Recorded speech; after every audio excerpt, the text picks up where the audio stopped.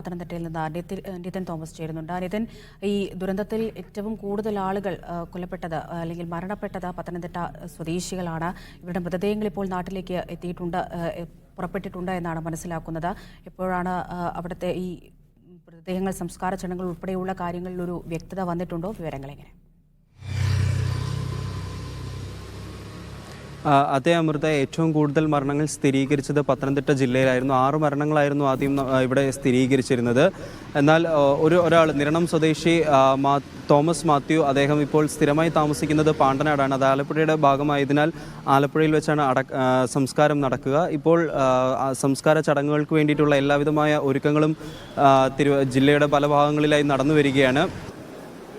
സംസ്കാരം നടക്കുന്നത് വാഴമുട്ടം സ്വദേശി മുരളീധരൻ നായരുടെ സംസ്കാരം മാത്രമായിരിക്കും ഇന്നത്തെ ദിവസം നടക്കുക. നാളെ പന്തളം സ്വദേശി ആകാശിന്റെ സംസ്കാരം നാളെയായിരിക്കും നടക്കുക. ആകാശിന്റെ സഹോദരി ഭർത്താവ് ദുബായിൽ നിന്നും തിരിച്ചിട്ടേ ഉള്ളൂ. നാളെ രാവിലത്തേക്കായിരിക്കും അദ്ദേഹം എത്തുക. അതിനനുസരിച്ചിട്ട് നാളെ വൈകുന്നേരത്തോടു കൂടിയിട്ടായിരിക്കും ആകാശിന്റെ സംസ്കാരം നടത്തുന്നത്.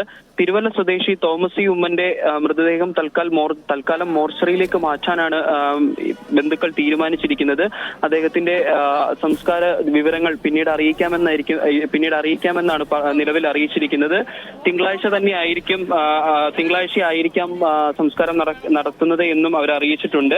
അതുപോലെ തന്നെ കോന്നി സ്വദേശി സജു വർഗീസിന്റെയും കീഴ്വായ്പൂർ സ്വദേശി സിബിന്റെയും സംസ്കാരം തിങ്കളാഴ്ച നടത്താനാണ് ഇപ്പോൾ നിലവിൽ തീരുമാനിച്ചിരിക്കുന്നത്.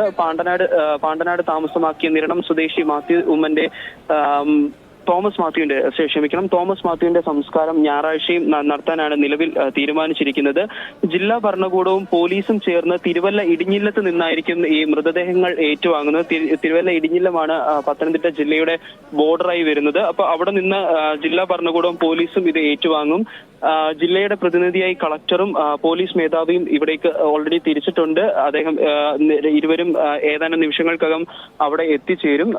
ഒരു ഏകദേശം 2 മണിക്കൂറോളം സമയമായിരിക്കും ഈ എറണാകുളത്ത് നിന്നും തിരുവല്ല വരെ എത്തിച്ചേരാൻ എടുക്കുന്ന ഒരു ഏകദേശ സമയം. അപ്പോൾ ഏകദേശം ഒരു 2:30-3 മണിയോട് കൂടിയിട്ട് ഇവിടേക്ക് എത്തിച്ചേരാനാണ് സാധ്യതകൾ ഉള്ളത്.